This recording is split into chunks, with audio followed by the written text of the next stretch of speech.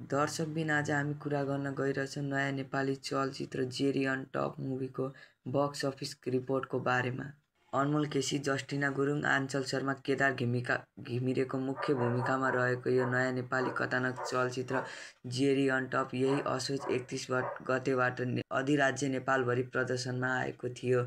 चलचित्रले आफ्नो पहिलो दिनमै 70 लाखको ग्रस कलेक्सन गर्यो भने पहिलो हप्ता बितिसक्दा 6.5 करोडको कमाइ गर्यो भने आफ्नो पहिलो 10 दिन आइसक्दा 7 करोडभन्दा माथिको कमाइ गरेको खबर प्राप्त भएको छ भने यस चलचित्रले आफ्नो 12औं दिन बितिसक्दा 8 करोडभन्दा माथिको कमाइ गरेको छ भने आफ्नो 13औं दिन पनि 60 देखि लिएर 70 लाखसम्मको कमाइ गरेको छ भने आज आफ्नो 14औं दिन पनि चलचित्रले अल ओभर नेपाल हाउसफुल गरिरहेको छ।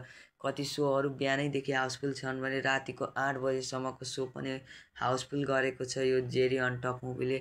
यस्तै गरी आजको कमाइ पनि यो चलचित्रले नर्मल्लीमा पनि 50 लाखदेखि लिएर 55 लाखसम्मको कमाइ गर्नेछ।